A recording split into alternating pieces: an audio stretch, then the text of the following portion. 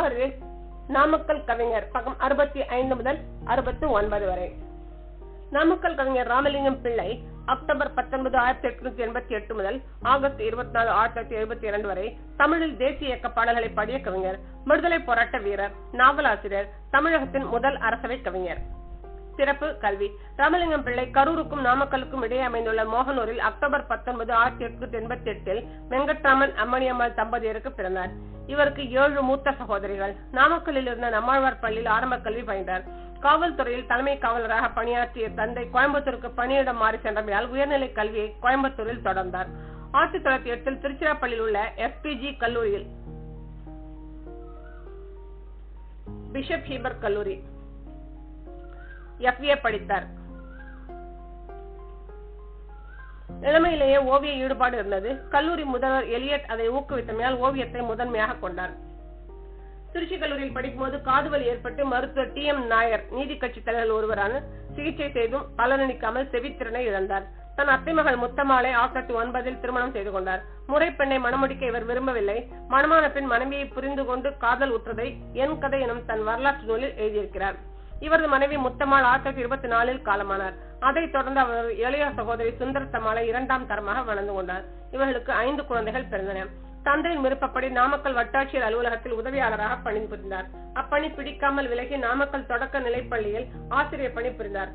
ஆங்கிலரை எதிர்த்து திலகரை ஆதரித்து தேச விடுதலை பற்றி மாணவர்களிடம் பேசியமையால் வெளியேற நேர்ந்தது. பக்கம் 66. நண்பரான ஸ்ரீ நாகராஜ ஐயங்காரின் ஆலோசனைப்படி ஓவியத்தை தொழிலாக கொண்டார். 1900 ஆண்டில் ராமகிருஷ்ண பரமஹம்சர் படத்தை பெரிதாக வரைந்து பாராட்டு பெற்றார். அதைத் தொடர்ந்து பொது இடங்களில் வைப்பதற்கு விவேகானந்தர், திலகர், அரவிந்த கோஷ், லஜ்பத் ராய் ஆகியோர் படங்களையும் வரைந்து தந்ததால் ஓவிய தொழில் வேரூன்ற முடிந்தது. 1912 தமிழறிஞர் பாவே மாணிக்கம் நாயக்கர் அவர்கள் அழைப்பில் தில்லிக்கு சென்றார். அங்கு 5ஆம் ஜார்ஜ் மன்னரின் ஓவியத்தை வரைந்து டெல்லியில் நடந்த அவரது முடிசூட்டு விழாவில் பரிசாக அளித்து தங்கப்பதக்கம் பெற்றார். இதழியல். வே. ராமலிங்கம் பிள்ளை போ. திரிகூட சுந்தரம் பிள்ளையுடன் இணைந்து தமிழ் ஹரிஜன் எனும் இதழை 1946 முதல் 48 வரை நடத்தினார். இது காந்தி நடத்திய ஹரிஜன் இதழின் தமிழாக்க வடிவம். இலக்கிய வாழ்க்கை. ராமலிங்கம் பிள்ளை இளமையிலேயே தெருக்கூத்து பாடல்கள் மற்றும் நாடக பாடல்களில் ஈடுபாடு கொண்டிருந்தார். நாடக நடிகர் S. G. கிட்டப்பா நாடக குழுவிற்கும் ஔவை சண்முகம் சிறுவர் நாடக குழுவிற்கும் பாடல்கள் எழுதி வந்தார். அப்போது C. சுப்பிரமணிய பாரதியாரின் பாடல்களை படித்து எளிய புதிய வகை கவிதைகள் மீது ஆர்வம் கொண்டார். 1920 பாரதியாரின் குடும்ப நண்பர் வேங்கட கிருஷ்ண ஐயர் தொடர்பு கிடைத்தது. அவரோடு சேர்ந்து கானாடு காத்தானில் பாரதியாரை சந்தித்தார். அப்போது பாட்டு பாடும்படி வேண்டிய பாரதியாரிடம் தம் அரசை பிறர் ஆள விட்டு தாம் வணங்கி கை கட்டி நின்ற பேரும் என உடனே பாடினார். பாரதியார் பலே பாண்டியா பிள்ளை நீர் ஒரு புலவன் ஐயமில்லை என்று கவிஞரை பாராட்டினார் என நினைவு குறிப்புகளில் சொல்கிறார். 1924 ஆண்டில் காங்கிரஸ் தலைவர் S. சீனிவாச ஐயங்கார் அறிவித்த ஒரு போட்டியில் தேசபக்தி பாடல்கள் எழுதி தங்கப்பதக்கம் பரிசு பெற்றார். பக்கம் 67.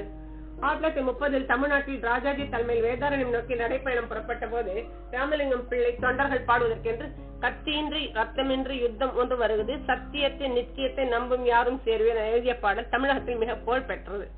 இவரது பாடல்களை சங்கு கணேசன் தன் சுதந்திர சங்கு பத்திரிகையில் வெளியிட்டார். மதுரை சிறையில் இருந்தபோது திருக்குறளுக்கு எளிய உரை எழுதினார். பரிமேலழகர் உரையின் பொருத்தமின்மை இந்த உரையை எழுத தூண்டியது என்பார். சுதந்திரத்திற்கு பின் தமிழகத்தில் உருவாகி வந்த தமிழ் இயக்க அரசியலால் ஈர்க்கப்பட்டார். காங்கிரசில் இருந்து தமிழ் இயக்கம் சார்ந்து எழுந்த குரல்களில் ஒன்று நாமக்கல் கவிஞருடையது. தமிழன் என்றோர் இனம் உண்டு, தனியே அதற்கோர் குணம் உண்டு, தமிழன் என்று சொல்லடா, தலை நிமிர்ந்து நில்லடா போன்ற வரிகள் புகழ் பெற்றவை. தமிழில் பழைய நூல்களுக்கு நவீன மொழியில் உரை எழுதுவது, எளிய மொழியில் இசைப்பாடல்கள் மற்றும் கவிதைகள் எழுதுவது, இதழியல் உரைநடையில் அரசியல் கட்டுரைகள் எழுதுவது, பொது வாசகர்கள் விரும்பும் புனைக்கதைகள் எழுதுவது என பல தளங்களில் செயல்பட்டார். நாமக்கல் கவிஞரின் உரைநடை திறன் சிறப்பாக வெளிப்பட்டது அவருடைய என் கதை எனும் தல் வரலாற்று நூலில்தான் என விமர்சகர்கள் குறிப்பிடுகிறார்கள். அரசியல். நாமக்கல் கவிஞர் உறுதியான காங்கிரஸ் ஆதரவாளர். ஸ்ரீ ராஜகோபாலாச்சாரியின் கொள்கைகளை பின்தொடர்ந்தார். 1931 ராஜாஜி தலைமையில் நடந்த உப்பு சத்தியாகிரகத்தில் பங்கெடுத்து ஓராண்டு சிறை சென்றார்.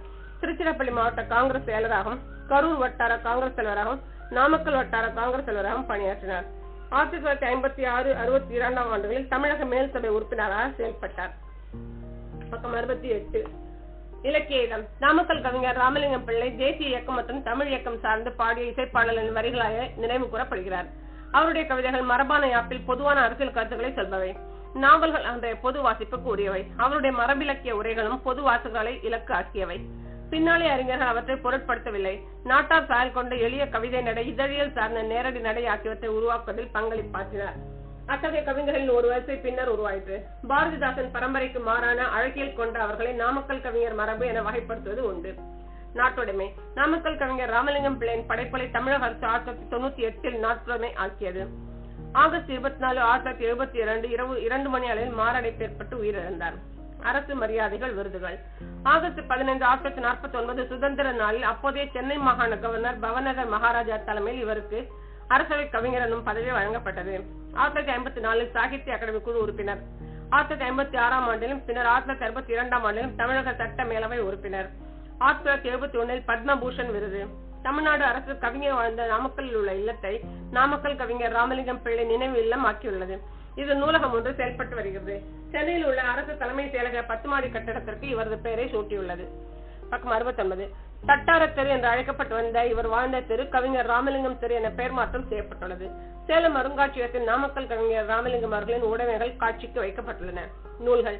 நாவல்கள். மலைக்கள்ளன், காணாமல் போன கல்யாண பெண், அவனும் அவளும், இது செய்யுள் நாவல். ஆய்வுகள்.